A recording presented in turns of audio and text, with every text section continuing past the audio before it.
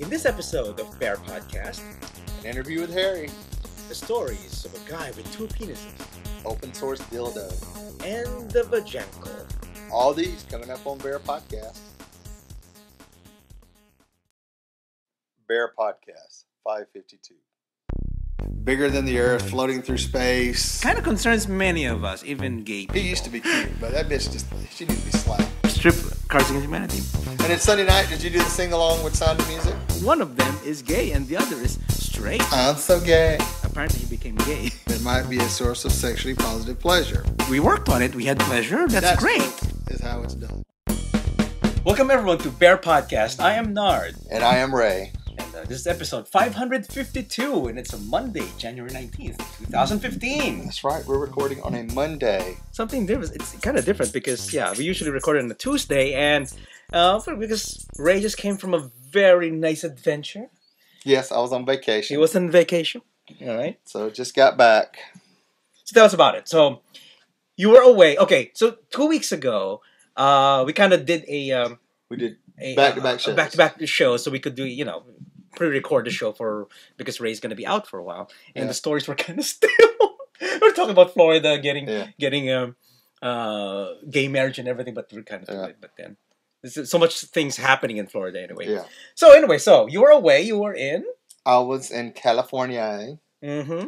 I was in the Southern Sierras for part of the week with some friends of ours, Jeff and Bill, who have a cabin up there in the mountains, which is just lovely. It snowed while we were there, so we got to play in the snow for a day. And there's videos I got to give you so you can put them on the podcast of it snowing and us playing in the snow and having snowball fights. And Did you make? There are two questions. Did you make snow angels? No. No. Did you make yellow snow cone? We made yellow snow, but nobody had any snow cones. Oh, okay. Yellow snow. We made yellow I snow. think I added the cone there because No cone. No cones. Okay. So how was it? I mean, just a week there, just being in the cold in cabins and disconnected. Well, it wasn't all that cold. I mean, it was kind of cool. I mean, it snowed Sunday, and then we got to enjoy the snow on Sunday up at the higher elevations. Where we were actually staying was about 7,000 feet, and it was no snow there. But you go up a little bit higher, and there was snow up on the mountain. So we did that. And then we went on the Sherman Pass the next day, and where it had snowed up there, it was still pretty deep. And we got playing around in it and took a nice long hike through the snow and made little snow penises and stuff like that. So. Okay. What a way to do it. You didn't. It wasn't enough to make a snowman. Yeah, we made little snowmen and stuff. Okay. The pictures on Robbie's site. I'll have to get them for you so you can have them. Okay, so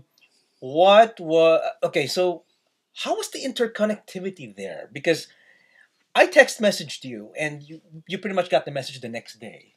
Well, we're up. There's no signal. You're really disconnected. We're really disconnected. I mean, up there, they have DSL, which is kind of crappy up in that area because it's a local place, and more than two devices get on it, it blows it out. So okay. But I mean, there's no cell phone up there, no cell phone reception, no nothing. I mean, the guys we stay with, I would go crazy. They have direct TV, and that's about it. Oh, so and the rest of the time you're spending it with yourself or watching TV. So, or you're working or cutting wood and stuff because the house is heated by wood, or trying to generate power for solar energy and stuff. You ate gourmet food? Well, yes.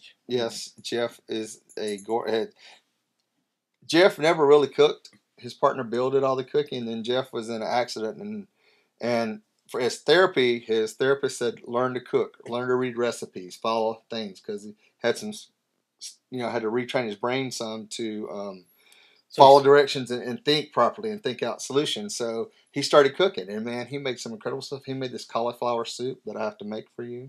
Oh, really? Cauliflower soup? And we made this other dish, which is a kind of a Greek lasagna that I can't remember the name of right now because my brain processes are not working correctly, but it was awesome.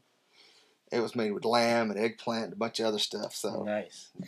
Well, it's nice that you guys have a lot of food there. How about where's the nearest store? Like an hour away? An hour and a half away. Oh my It takes God. almost 45 minutes to get from their house to the bottom of the mountain. That would drive me crazy. Me, I'm just about 2 minutes away from a Kroger. No, here you have to plan, and they only go down and buy groceries and stuff once a month. And other times you have to hunt. Is that what you do? Well, no, they just buy enough at that one time, but they plan most of their meals out. They grow a lot of their food.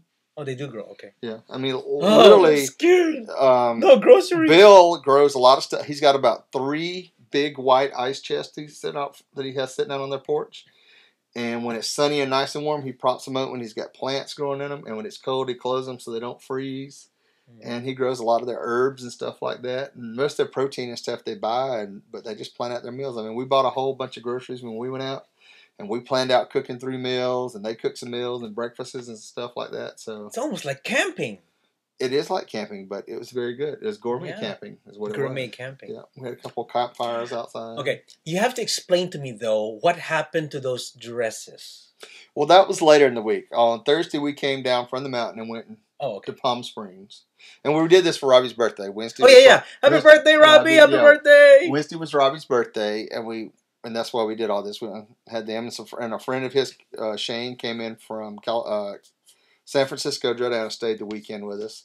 Thursday, we drove down to Ontario, California, and picked up Robbie's son at the airport, and then we went to Palm Springs for the rest of the week. So we stayed in a house there, had a good time, and Saturday, I was supposed to come home Saturday, and we changed my plane ticket to come back Friday. And then Robbie and I celebrated our anniversary dinner Saturday night while we're in Palm Springs, because today, the 19th, is actually our anniversary. Oh, happy anniversary. 2-year anniversary.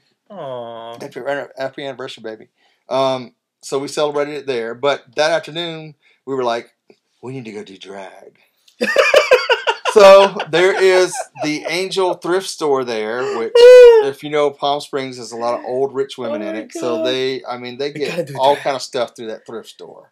It's our goal today. So we went there, and I picked up a little number, and Robbie got himself a little number, and Scotty got himself a nice little Bob Mackie looking number type dress, and Shane got a dress, and then we went back to the house and dressed up and had a photo shoot. Palm Springs Desert high fashion photo realness is what it was. Mm-hmm. So we took pictures just being funny and silly. And it was fun. It was a lot of fun. It will be the album artwork of the show. Yes, we had a lot of fun. We drank a lot of wine and took Photoshop. So did a little photo shoot, and then we took all that off and got dressed up in normal clothes. And you know what? That's the point. You should have gone in drag to those restaurants. No, why not? That'd be so funny. That'd be awesome. No, the restaurant we went to, you had to have reservations, and we booked it, made reservations that morning, and it was still 9:30 before we could get in there and get a dinner table. So that's not the kind of place you show up. But you were wearing formal. No, yeah, but it wouldn't button in the back and all that kind of stuff. So no, that's not going to happen. So. Oh my God. So, but we had a good time. Robbie had a good birthday. He's still out there. He comes back tomorrow. I got to go pick him up, which is why we were recording tonight, because we couldn't record tomorrow night because I got to the airport and pick him up. So yeah. Well, at least you had a very good weekend. Had a very good week. Thanks the guys from up in Woods Walk for taking care of us and showing us around, and a good time, and the great food they cooked. And off the grid, I cannot stand that. I mean, there's nobody up there. Yeah. I mean, literally, we might have saw 10 cars that week, the part of the week that we were up there. And there's only like maybe 40, 50 full-time residents that actually live up there year-round. God, I feel like you can do deliverance there or something like that. Kinda, yeah. I mean, literally, some of the places you can't get to, we could only go so far up Sherman's Pass because they don't scrape it after a certain point. So it was so icy, we just stopped and went off to a side little park area and hiked around and come back and stuff. But, nice. But there are places out there, even where Bill and them live, that's a little bit higher, that people have cabins up there and they get snowed in and can't get out for weeks because the snow's so deep. Ugh. So kind of scary. I don't know. But last year when we went up there, we didn't get any snow. The snow had fallen before, and most of it had melted by the time we went hiking and stuff. This time we really went for it. But this time it actually snowed, like Sunday it started snowing. When we were coming across the desert, I think it's the 305 we took up there, and went up into the mountain. It was raining in the desert. So when we got up there that night, we could see the clouds forming on the backside of the mountains towards LA. And then the next day, the temperature dropped way down and the clouds had covered, and we could see the precipitation, the snow falling at the higher elevations. So we finally got up later that day after we got breakfast out and got out and went and played in the snow, and it was snowing. It was a lot of fun. So, but I get videos for you, so I'll have to give it to you. Okay, so actually, just last weekend I just got to watch The Hobbit, and you've seen it, right? Yes. The Hobbit. Okay, yeah. Yes. Saw the Hobbit. That's pretty much it. And what else did I do? Well, yeah, I watched it with my friend with Scrum Bear, and I enjoyed it, but it's okay. It's not really. It's just like any other Peter Jackson film, I guess. Yes. Well, I mean, it's the end of the first big Hobbit story. So. It wasn't as good as the first two, and it wasn't as good as as the Lord of the Rings. But it was wrapping kind of everything up. But see, if they'd done this before they did Lord of the Rings, it might have been a whole different story. That's true. They should have built up to it. It would be nice. But the Lord of the Rings was the more bigger storyline that people liked. So once it was like, oh yes, we can make more money. Let's go back and do the Hobbit. Yeah, that's pretty much what they did.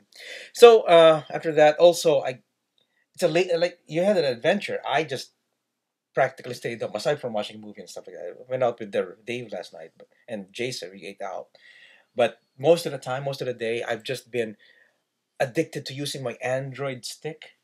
It's it's an Android device that it's like a dongle that you hook up to your HDMI.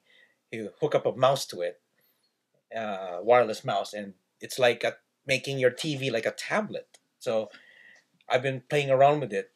When you first get this tablet, how many hours did you play around with it? I don't know. The first day. I don't know, couple hours. Couple of hours. Yeah. But see, I don't have all those apps and stuff loaded like y'all play with. Oh, okay. I mean, I get books. I do email. I do you surf Facebook. Facebook. Yeah, you Facebook. You surf around. Then I Google. Then I do Google. Do YouTube and stuff, and that's about it. That's the extent of my... Yeah, so you pretty much can do all those. You can watch videos too, but then that's what I was doing with this. It's on the TV, so I treated it like a tablet. So I played around with it, installed apps and stuff like that. So I'll probably put the links on the website so you guys could check it out if you guys want to get a tablet on your TV running Android. So you can also access thumb drives. Mm-hmm. If you have a hub, you can connect to it. You can put a 16 gigabyte or 32 gigabyte thumb drive, and you can access it. And you can put a lot of videos in there if you want. Okay, it's pretty cool. And I was Facebooking with it. And how much does this stick cost? $20. That's it. That's it. That's the point. Imagine this: your tablet on a TV, and all you need is a wireless mouse, which many of us have. You have a wireless mouse. That's it. I mean, well, actually, I even got a $10 coupon from Amazon, and then I got this. So I really spent $10 on this one, and it can do pretty much anything a tablet can do. So it's running an ice cream sandwich, but still, you can surf, you can Facebook, you can Google, you can watch Netflix, you can do all. So do you have to have a keyboard, or can you do it without a keyboard? If you can do it with the mouse, but you can have a wireless keyboard. You can do a wireless keyboard. That's what I've been doing. So my my USB, it has a USB attachment. You can attach a wireless mouse, because I have a Logitech which both serves a keyboard, a wireless keyboard, and a wireless mouse. So all in one. Yeah. So I was to be able to do that, and I would just be on the couch, just sitting there, and on with the keyboard and the mouse, just doing that. Can you imagine how lazy it is? That killed all my time all weekend. So I'm warning you guys: if you guys get one of these, it's gonna be lazy, because aside from doing that, you can click around and then end up watching Netflix. I've been watching The Killing, by the way. Have you watched The Killing? No. No. I've been watching Sons of Anarchy. Okay. Yeah, that's another one, The Killing on Netflix. I'm going to try checking that out. Okay, let's move on. We have an interview. We have an interview right now. So, wow, that took a long time for an intro. So, we have an interview with a friend of, well, it's an online friend. He's actually a friend of mine in New Jersey. So, here is our friend Harry. Yeah, that's it. Nice butt. Yeah, sure. So what's your number? Can I buy you a beer? Do you work out a lot? Do you come here often? Woof, what a bear. Joining us today is Harry from New Jersey. Welcome to the show, Harry. Hey, Nard and Ray. Thanks for having me on. Yes, and you're our Wolf with a Bear feature for this episode, and this is what we do every. We did a lot of these back then, but then we kind of stopped doing it for a while, and then we thought of having some more people on board on every show. Well, as much as we can. To talk about themselves and what they do, and we usually feature a bear friend of ours. So, welcome to the show, and so tell us first, where are you right now? You're in New Jersey. Where in New Jersey are you? The easiest thing to tell you, is that I am in Hackensack, New Jersey. I'm right Oh, near there, and What it's exit? about Ray was asking what exit. Is it really common there to say what exit if it's New Jersey? Yeah, Oh, okay, that used to be the big joke. that's a big joke. Anyway, okay, so you were saying Harry. so yeah. I'm right near Hackensack. I'm about 5 minutes from the George Washington Bridge, and about 15 minutes. I, I keep on hearing some static on the line. Oh, really? You're pretty clear over here. Hello? I'm here. But yeah, Yeah. I keep on hearing a lot of static. Anyway, I'm about 15 minutes from the Lincoln Tunnel, and I do Okay. most of my work in Brooklyn, and I spend most of my evenings and weekends in New Jersey. Oh, nice. Okay. So, tell us, what do you do there in New Jersey? So again, mostly it's in Brooklyn, but I work. I'm a marketer, and I'm also an educator. So I work for the state of New York, and I teach hospitality management. And online, I also teach for the state of California for one of the community colleges in the San Diego area. But when I'm in New Jersey, I'm relaxing. So I'm playing in the backyard with the dog. I'm watching the fig tree produce fruit, but not actually mature. Or I'm trying to get some blueberries to grow. You got blueberries. You have a lot at the backyard? It's a relatively small backyard. And last year, there's a photo somewhere on Facebook, I managed to get two actual blueberries mature. So I Oh, hope to nice. double production next year. Oh, well, that's good. Do you have to fight the birds for the figs? Yes, but like I said, they never really ripen. So in 2014, a bunch of them did ripen because we had such a long growing season. But most years, they form, they're green, but they never mature. Ah, so, Okay. so Maynard's want me to talk to you about Schnack.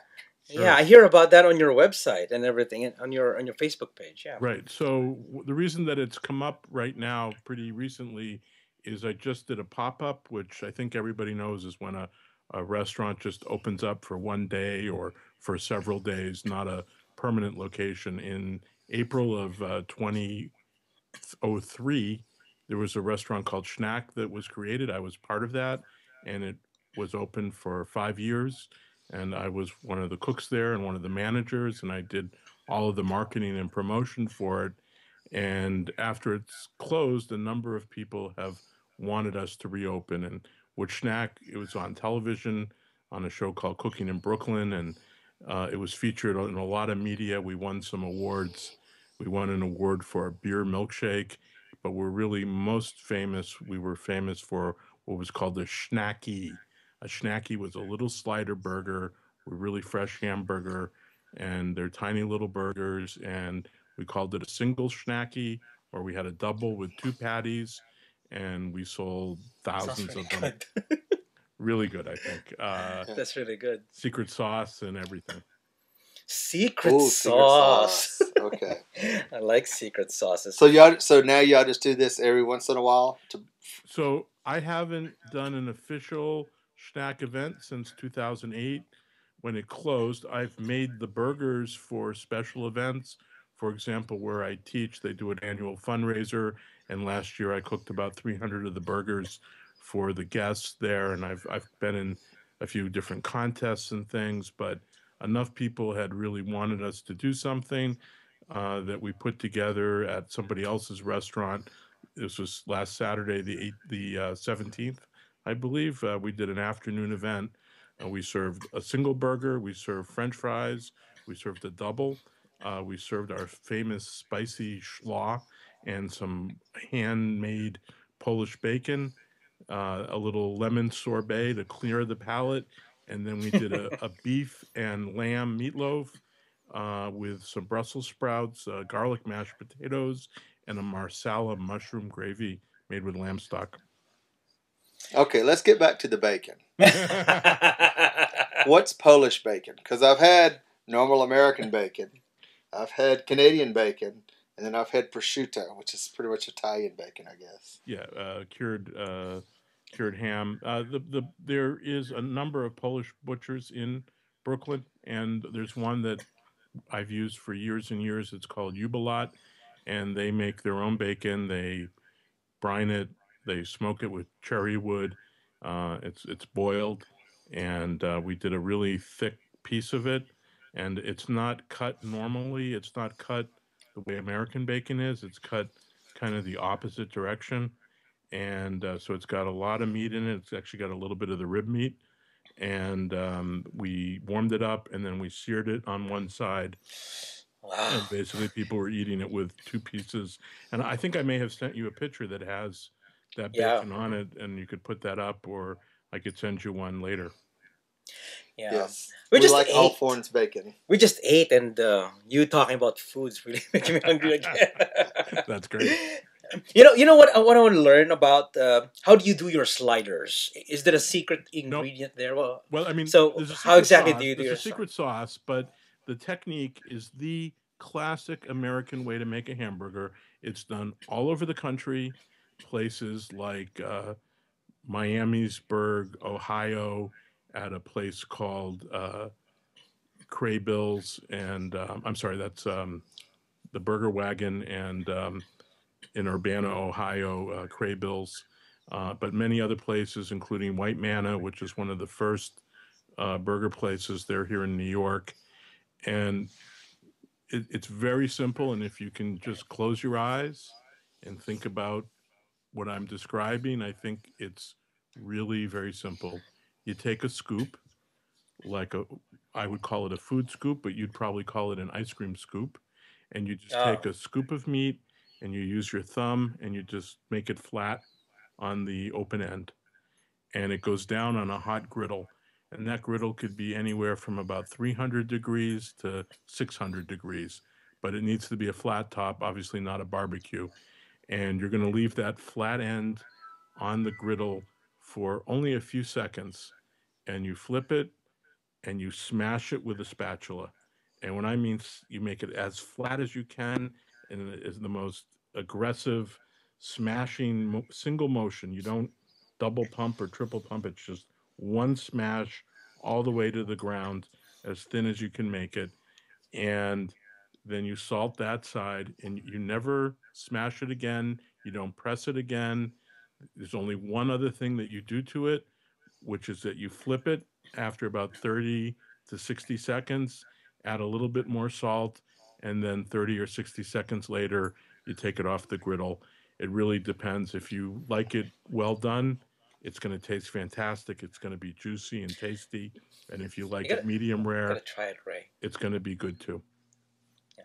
Have you tried? Ask Ray here. Ray, have you done sliders before? Well, I've done them at the Little Bigs here in Houston. Oh, you've eaten. And a Yeah. couple restaurants now, they all have sliders as like appetizers and stuff. But I've never made it myself. So Because okay, so Harry, whenever we go, Ray here sometimes go, hey, let's do some barbecue. Let's eat some burgers. Gonna prepare some burgers. So Ray just get some burgers, and we never really tried sliders. yeah. Well, Yeah, sliders are we just should small, try. but the overall I technique that know. I'm describing, and there's a whole chain that uses this name, which is a little bit unfair, but what I'm describing is what's called a smash burger. Uh, Oh, Yeah, one of Maynard's favorite places oh, to eat. so that's what they do at Smash Burgers. This one nearby where I live, and that's where Mike, Ray and us always go to sometimes. I called Yeah. you Mike again. always, sometimes. I love it. Well, again, they've taken that name for themselves, but they are not the first ones to do it. It is an absolutely classic way. It's the absolutely, in my opinion, the best way to make a burger. And if you want, I suggest you get your grandmother's little grinder and grind the meat yourself. Get some really good aged steak if you can, or whatever kind of fresh meat you have. If you could also use lamb or some other meat, but we're basically talking about beef. And what this thing is going to do is, especially if you're using good fresh beef, is it's going to make the meat taste really good. It's going to be completely seared on both sides, which is called a Maillard Nice. reaction. And Hmm. you don't need ketchup, you don't need mustard, you don't need cheese, you don't need any of those things that Oh, you're a hater of cheese. I forgot. no, it's not that I hate it, but if I'm paying good money, for that meat, I wouldn't put cheese on a really nice steak. See, I don't put cheese on my burgers either. You put cheese a lot on yours, Ray, right? The more cheese, the better. Ah, But see, that's the point, right, Harry? Well, And a lot of people, but a lot of. Go ahead. I was gonna say, Ray, that's really good if you're using just a cheap meat or a frozen patty or something where it's not Yeah. going to taste that great. Cheese is going to make it taste better. But if you're using really quality meat, you want to taste it. Yeah. Ah, Well, a lot of people here too, when they cook steaks, they put right at the very end, they'll throw crumbled up blue cheese on it before they take it off the grill. Which is a classic French technique. you know what? I love a blue cheese on steak. Ah, and that's I also discovered having that on burgers. Actually, at Smash Burger, when I get a burger from Smash Burger, I get blue cheese with it. And So I certainly endorse blue cheese because it's got a lot of those umami kind of flavors that work really nice. It's very similar to the kind of flavors that you get in a dry aged steak. yeah, yeah. So anyway, so that's the your adventures with burgers. That's really awesome. So what else do you do? I mean, what else do you do for fun? Well, so basically working full. I'm basically working two full-time jobs, so I don't do a real lot. But I was the co-creator of the New York City, the Chicago, and the Charleston Food Film Festivals. So three Mm. times a year, once in New York, once in Chicago, and once in Charleston, I get to go hang out at the Food Film Festival. I spend a lot of time with the dog, as I mentioned, and then I've been doing some form of podcasting for the last 5 years, but helping out with other people's shows. And just recently now, I'm starting up my own. So, actually, several of them. So, a lot of my free time is going to be staring at the microphone. Well, yeah, we kind of did it. We're kind of doing this for a long time, and yeah, you'll be in front of the microphone for a long time, and at the same time, we'll be having fun with it. So, tell us about your podcast. Well, at first, I want to say congratulations to you because you've been doing it Oh, about 10 years, and that puts you among some of the oldest and longest standing podcasts that thank. there are out there. It's notable. It should be on your resume. It's very much On your something that resume. is of the moment. But as a friend says, every year is the year of the podcast, right? Uh huh. Right. My own is a little bit strange. There's one that I'm working on that's going to be about restaurants, and there's another one that I'm working that's going to be all about streaming video and not a how to do it, but all about the business of it, the business of YouTube and related services. But the podcast that is just about ready to pop out the door is called Talking About Everything with Harry Hawk. Hawk Hmm. is my last name, HAWK, and it is a catch all kind of a show. I don't actually expect too many subscribers because every episode could be completely different. Yeah. Oh, that's what it is with podcasting. You know, I mean, anything can happen. It's what's good about the podcasting is nobody really monitors it. Well, more like it's not monitored by the FCC. You can say pretty much whatever you want. You can drop f bombs if you want to and stuff like that, and nobody really cares. And which and I it has a broad audience. Yeah. which I think We is do great. that. What were you We do saying, this Ray? to have viewers. I said we do this to have viewers. Yeah, yeah. Which is great. Yeah. So this used to be an audio podcast, and starting when did we start? Episode 300? I think it was episode 300 when we started doing video, and it's been a video podcast since then. What episode are you And up to now? five. This episode will be 552. Wow. Well, even so, that sounds like it's been video for 4 or 5 years. So that's Yeah, also put you right at the early stages of that. And yeah. what what I do is I do both interviews and rants. So I've got a 25-minute discussion about my first car, which is one of many, and a similar kind of thing talking about how hamburgers saved my life. And Oh yeah, yeah, I heard Yeah. about that. Hamburgers. I was really listening to that. Yeah, the hamburger saved your life. That's they awesome. really did. And all of the good things that have happened to me have started, as I started flipping hamburgers. So when you walk into a restaurant, what's the first thing that you check out that makes you know that it's a good restaurant or not? Oh, I would say the first thing I actually do when I walk in the door is start counting staff. Oh, really? Why? And then tables. I'm trying to get a sense of how efficient they are. And, especially I do it for some of my clients, but I do it by a force of habit as well. Just, you walk into any place and obviously you can't see everybody. You can't see the basement or the back room, but you try to keep an idea of how many people there. That's money. Each person by the hour, you know, um, should somehow reflect, the nature of the place. And then probably the third thing that I look at, but Aunt Ray, this directly gets to your question. I don't care where it is. This is almost always true. I mean, there's always an exception to every rule, but look at the menu. The smaller the menu, the better the food. Actually, that's true. Yeah, if it's got a lot of So if you walk in and the Cheesecake choices, Factory menu's there, then you walk away. then walk away. Yeah, I mean, I think the Cheesecake Factory is a really professionally well run organization, and they put a lot of effort into maintaining that kind of menu and Yeah. maintaining the quality.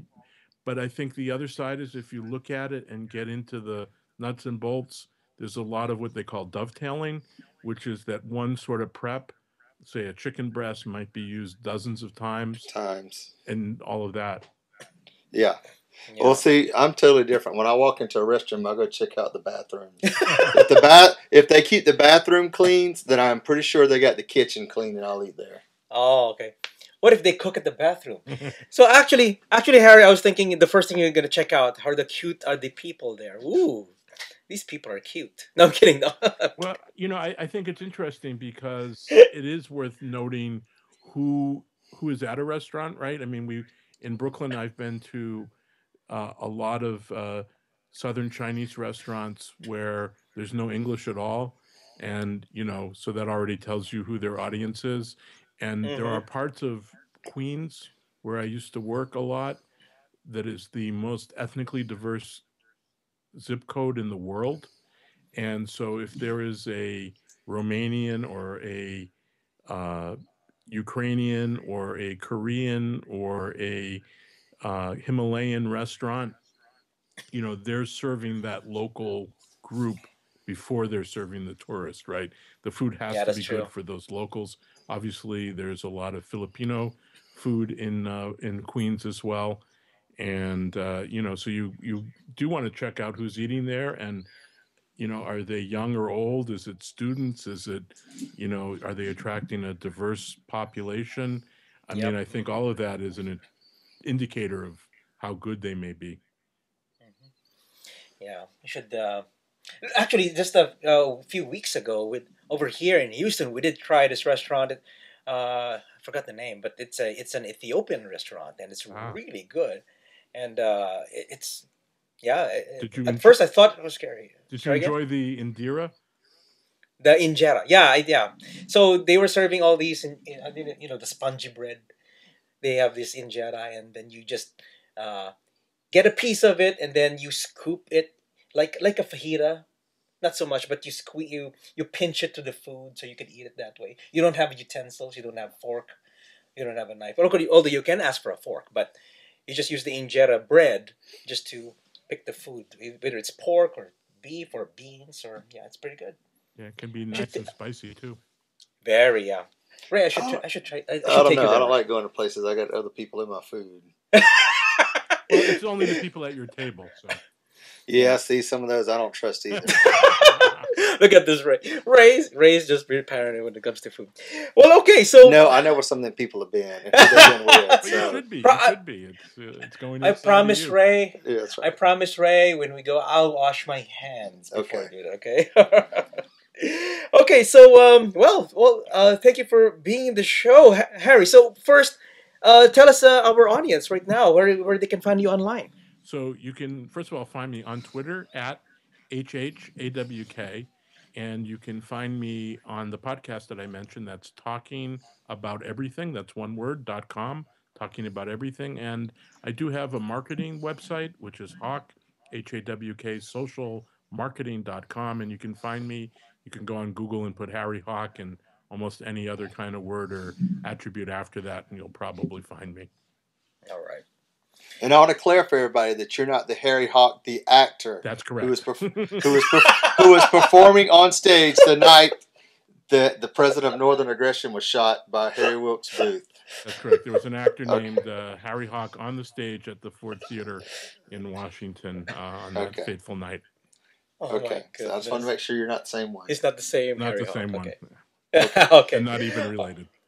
Okay. Okay. Thank you very much, Harry. Well, thank you very much, Ray Maynard, for having me on the show, and I wish you luck and continued success. And hey, it's Harry Hawk saying, have a great day. Thanks. It's time for the gay, the geek, and the bizarre. Okay, for the gay. Well, our double dick dude is back at it again. We had this guy. We had talked about this guy A few months back. a few months back, and it was more. It's very pornographic because you and I were, question and answer, Yeah. and I was answering it. I was answering as the two dick guy who's been on a lot of porn. But yeah, here's the article. Double Dick Dude's memoir reads like a Letters to Penthouse reject. Mark Schraber from The Muse writes, around this time last year, the man with two dicks and an award-winning attitude took to the internet by storm, earning himself the fourth highest ranking AMA or Reddit and gracing the pages of every website you've ever visited. And then he wrote a book, which is so thirsty I wanted to ship him a crate of Gatorade for every page. Nice. And he goes on to say that the fact that almost everything in it sounds like bullshit. Here's what I believe about Diphallic Dude. He's 25. Diphallic Dude. This is what Mark believes about him. He's 25. He's good looking and muscular. He mentions this a lot. The book is only 70 pages long, and I lost track of how many times he reminds the reader that he loves to work out and has a bubble butt and could do porn if he wanted, but he doesn't want to and never will. I thought he did. No. He has two dicks. His family is very supportive. He has a very good imagination, but a lack of understanding of both the human anatomy and how people have sex. He refers to sexy pussies as big and tan at one point, which is just, well, no. That people thank him regularly for what he's doing because his bravery helps them cope with their own lives. That he can stick a 2 liter of Coke up his butt. Here's what Mark doesn't believe about Diphallic Dude. Mostly everything else. So, here's the thing. A great deal of the memoir focuses on Double D's sexcapades, which are interesting if badly written and improbable. But he's not repeating himself over and over. There's a fact. FAQ. So, and I'm just kind of jumping through the article about this. So,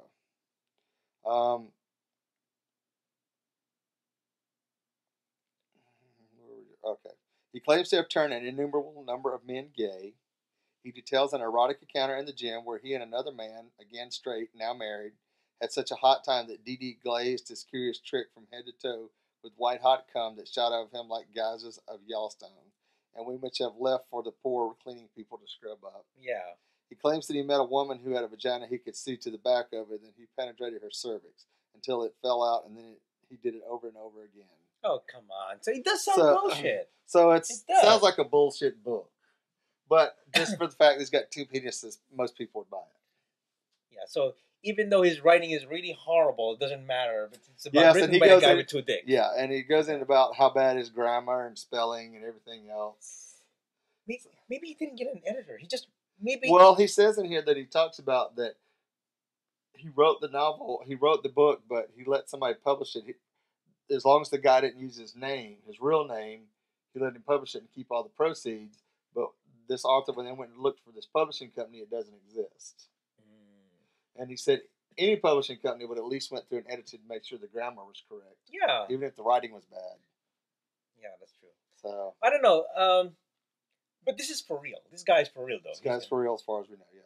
Because we had pictures of it. We saw the pictures of it. Remember, he put it out on Reddit? Yeah, I know. Yeah, that's why it's part of the AMA Ask Me Anything. And from the pictures that we saw of Reddit, he does have a nice little body. No head pick, though. No head pick. We don't know what his face looks We don't know how it looks like. But we know from here down he's got 2 dicks and he works out a lot.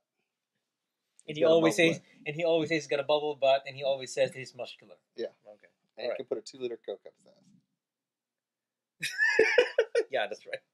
What, Wait, is he gay? This article is gay. No, I think he's bi. He's bi. Yeah, because he does guys and girls. Wow. Can you imagine that? Well, he's got 2 dicks. He's got one for each. He needed another one for the other hole. One in the pink, one in the stink, and the other stink. Okay. Maybe that should be the title of the show. Yeah. No, we don't. So literally, if they're long enough, another guy can be fucking a girl, and he can fuck the girl and the guy. Exactly. That's right. Ah, so confusing. Which I think he talks about in the Reddit. Yeah, he did. Thing, yeah. So. Anyway, okay, so that's double dick guy, diphallic guy. All right, let's go to the geek. Okay, this is interesting because it's kind of geeky, but it's very erotic too.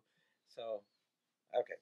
Crowd-funded open source dildo. Yes, a startup called Commingle is trying to raise $50,000 to launch the Mod, a multi-vibrating open source dildo mod. Multi-vibrating open source dildo mod. Okay, you've got my attention. Yeah, that's right. So the dildo, like most out there, has many possible vibrating patterns. Where the Arduino based platform gets interesting is in the different ways you can control its stimulating tremors using data from input sources and sensors. So you can program around it that you can actually hook it up probably to your USB, and somebody else online will be able to. It's open source, so anybody can program against it and control it from somewhere else. But as foreplay, the company has already built out a number of integrations. The mod ships with a Wii Nunchuck controller. Oh, that's right, because the Wii Nunchuck controller. Oh, that's awesome. You know, if you guys have a Nintendo Wii, yeah, that's a Wii Nunchuck controller. You can use that. I guess you can control it. So, a standard, simple, and powerful controller for the toy. The joystick can manipulate power and pulsating patterns. Shaking the nunchuck's accelerometer can modulate the frequency of the vibrations. To fulfill one major request from beta testers, we also programmed the C button as an easy kill switch to shut the toy off right when you come. Oh. Interesting. I know the C button there. I used to have a Wii. I haven't used the Wii. That will be used all the time now, won't it? That's right. Instead of, when you say, what is it in Great Britain, when you say, I'm gonna go home to kill kittens, means you're going to masturbate. I guess you're gonna say now, I'm going to use my nunchuck now. Yeah. My Wii nunchuck, because you're gonna use that. So a heartbeat sensor lets you feel your partner's arousal in the throbbing toy. This one is a real favorite. It's super cool to feel the rhythm increase with your partner's excitement. So Commingle plans to offer a bunch of such controllers that work without any technical knowledge. Nice. So you can just buy, plug in, put in the batteries, and good to go. So I'm much more excited to find out that what the randy nerds of the world figure out when and if this open source fantasy actually comes true. All the standard warnings of crowdfunding apply. So be careful where you put your money, and no one knows if one of these will ever wind up vibrating embarrassingly in your sock drawer while mom is over to visit. So crowdfunding ends on February 12th. Do you think we're gonna contribute? Give $1 maybe or something. I might give $1. But here's the deal. Here's something I think about this. If you can connect it to Bluetooth, exactly, it's open source. You can do a Bluetooth app. So if you have if you're in a BDSM SM relationship, that they can wear the dildo all day, and then you from your phone can log into the app and control their dildo. That's the point of this. It can do that. And that way, like you can be sitting at your desk working, all of a sudden, ooh, daddies. Ooh, someone call. My dad is beckoning me. Yeah. So. That'd And I be knew awesome. I know Oh they my have God. some remote control dildos out there now that you can do distance with, but that would be multiple distance. That way you could have like an online dom or something like that would work. Oh, that's right. This would be so useful for that. So Yeah, instead of giving keys to your lock on your chastity belt, whatever it is. Oh, yeah, either that or you can give this, plug it in there, and you'll know that your master or your sir is in control when it's vibrating. Yeah. Interesting twist. What do y'all think? Yeah. What do you guys think? Let us know how it works for you. Okay. Okay, let's go to the Bizarre Ray. Okay. God, this everything's sexual. This popped right now. up while we were in Palm Springs and we were all laughing our ass off about it. So here we go. Calling all foot fetishes. The vajankle is the sex toy for you. The vajankle, as it names the sex, is the unholy union of a vagina and an ankle. And it's as disturbing as it sounds. And Maynard has pictures he can flash up for you. Unless you have a serious foot fetish, that is, in which case we might imagine it's serious good times. Sin Boutique, the website selling it, explains these quirky feet have a vagina built into the ankle. They go on. The vajankle is the left foot only. You can order the vajankle independently or as a pair with the standard right foot, which does not have a vagina in it. The level of sexy silicone foot times doesn't come cheap. In fact, the vajankle costs a toe curling $179. That's too much. Still, it's a small price to pay for your own shaggable foot, eh? But, and just the look of it, it's scary. It kind of looks like the foot off of, like you'd see this laying around on Walking Dead or something. Yeah, it's like it's a body part of somebody died. And it's modeled off a woman's foot. You can tell that. So is that a woman's foot? I think it's no, I think it's a woman's foot. Oh God, this is scary. I know it's creepy to look at. But if you have a foot fetish, you can be that. Oh yeah. So how are you gonna wash it? Yeah. I mean, there's got to be a hole at the bottom or something. And maybe if you're really kinky, you can get them to make it for you as a cankle. Wait a second. I don't think I can flash this. This is just nasty. I guess I can, but it's still nasty. Anyway, it's like somebody got mutilated and there's a vagina in the foot. It's a vajankle. Vajankle. Okay. You crazy people. All right. So yeah, that's pretty fun. I hope you guys enjoyed those articles. It's pretty good. Okay, so we have some audience comments, and we're gonna play a voicemail from a friend of ours from Chicago. Hey, Nard and Ray, it's Devin in Chicago, giving you guys a call. Hey, Devin. Just wanted to say a couple things. First of all, I was very surprised you changed the intro. The intro sound clip and music. I'd already just finished memorizing them from the last time you changed it, but that was pretty cool. Second of all, the article you were talking about with the muscle chaser, there was like talking about, how dating a fat guy is a taboo and blah blah blah. Yeah. I remember I read this article actually when it was linked on Facebook, and I did a lot of eye rolling. It was a little bit ridiculous, but maybe that's because I think Ray mentioned, some of us, we live in a bubble, and I definitely live in a bubble since the majority of my friends are like bears or chasers. So, someone dating a fat guy is pretty much everyone I know is dating a fat guy or is one. So, it's kind of interesting.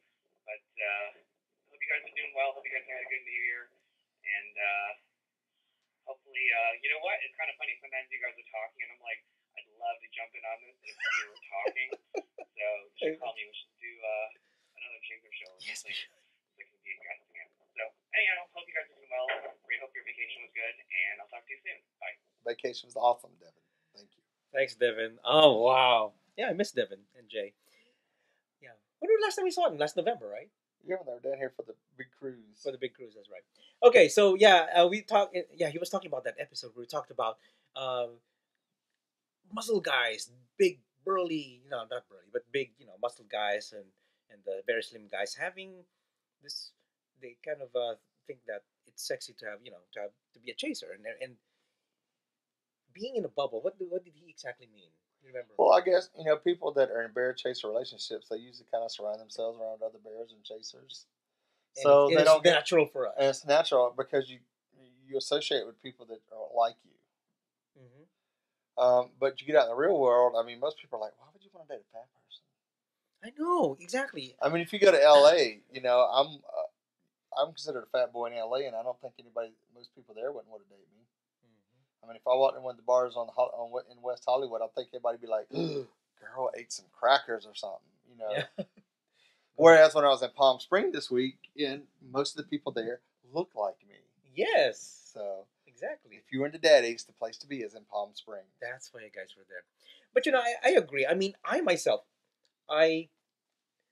looking outside, I've never. It's hard for me to look at it outside. That for the past how many years, 16, 17 years that I've been here in Houston, I've always surrounded myself with bear friends and bear communities and bear friends and chasers and everything. And looking outside, I never even thought that how would people think of the way I am attracted to. Like like you said, like what you said. How can a person like a big guy or something like that? So yeah, it's interesting. Yeah. Good point. I do live in a bubble, I guess.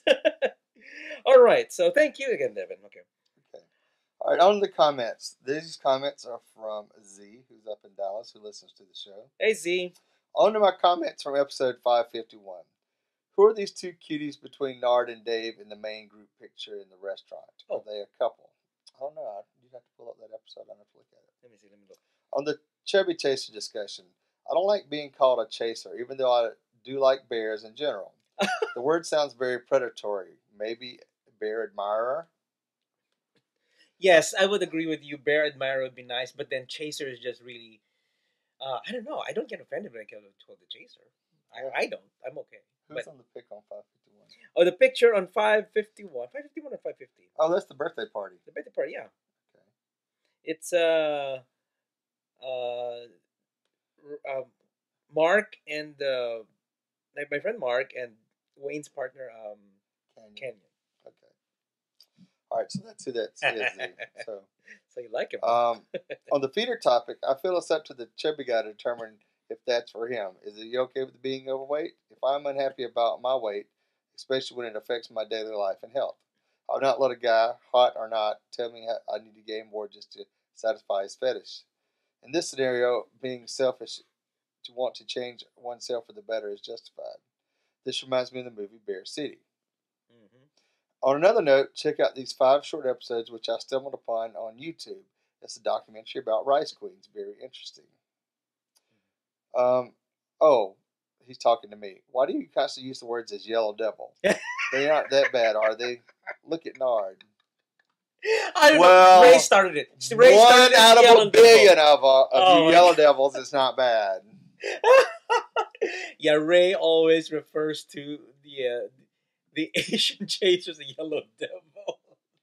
They will break your heart. They will screw you over. Right. They will lead you on and feed you the cake and then on to the next bear. Before your cake is even licked off the plate. No. Let me see. Well, I don't know. Are you just fucking crazy? Just some crazy ass fucking chaser. Yeah, Ray's just kidding. He just calls us No, the not yellow really. devil. Sometimes I'm very serious when I'm talking about the yellow devil. Well, there are some yellow devils. Yes. Ray encountered. I know some. Yeah. Anyway, so okay. Before I go to the link that you sent, I want to comment about what you said about the fetishized feeding and the feeder and the gainer and everything. It seems to be like I said, it is fetishized by some people that it is a turn on that they feed each other, so they are willing. It's not like one guy is forcing the food into the gainer. The encourager is feeding the feeder is force feeding the gainer. Yeah. It's not. It's really just the fetish that feed them and everything. That although I've seen some porn videos about that, but I guess it's two consenting adults. When you find a porn about somebody having sex with a Van Jankel, let me know. Oh my God. We just mentioned probably very soon, since this Vajankle came out. It might come out we want to see the on next too. Okay, just a comment on the rice and potatoes that you sent. Yes, I've seen this before. This documentary back in 1998 when I was still with my ex back then. God, it's a long time. Well, it was filmed. I think it was produced in 1998, and I was just new here in Houston, and in Texas in general. I used to live in Dallas, and then I moved to Houston. So yeah, I remember this rice and potatoes, and it was a good documentary back then. You know, white guys and their yellow devil counterparts. Well, I noticed something when I was in Palm Springs. There's a lot of Asians and friends there. Oh, really? Yes, Asians and really, really old motherfucker white men. Wow. Oh my god. But daddy old man. Daddy looking. No, or daddy bear looking. Grandpa, daddy, old man. Like grandpa. Oh, wow. Really? With younger Asian guys. Or Asian younger Looking Asian guys, yeah. Okay, yeah. That's right. Do they have the Asian walk? Not yet. No. Not yet, no, not yet. Oh, okay. Anyway, I was just wondering. So yeah, rice and potatoes. I think it's an interesting article, an interesting documentary. We actually watched it in the University of Houston, I think, one time, or Rice University. I can't remember. It's been so. Wasn't it at one of the film festivals? Well, when I watched it back then, I was with the Asians and Friends group in Houston, and we watched it there in Rice University, and it's really interesting that they're able to show this documentary. It's pretty good. It's been a long time, so.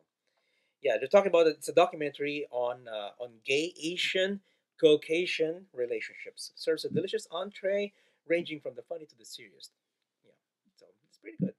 Okay, so I guess that's the show. Wow, It's a almost long an hour. show. It's a by the long time you show. get all pieced I hope you guys together. enjoyed it. Yeah, by the time I put it together. And thank you, Devin. Thank you, Z. Thank you, Harry Hawk, for joining us in the show. And it's always good to have people participating in the show. It's always good to hear from you all. Okay, so if you want to contact us, send your emails to show@BearPodcast.com. If you'd like to leave a voicemail like Devin, or voice your opinion like Z, you can, about an article we've talked about on the show, you can leave us a voicemail at 206-222-2327. That's 206-222-BEAR. Yeah. And like Devin's voicemail, we'll play it on the show if you call us. Yeah, that's right.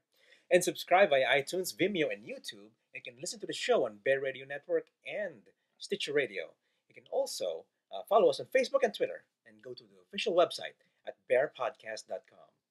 Thank you, everyone, for watching or listening, and we will catch you guys on the next episode of Bear Podcast. Many wolves and many hugs. Woof, what a bear. Podcast your ass. Woof, what a bear. Woof, what a bear. Podcast your ass. Woof, what a bear. Woof, what a bear. Podcast your ass. Woof, what a bear.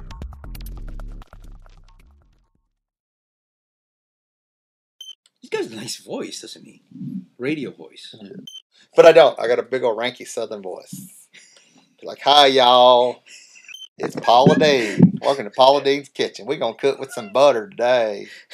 First, you take 2 pounds of butter, 2 cups of sugar, an ounce of flour, and we're going to make biscuits.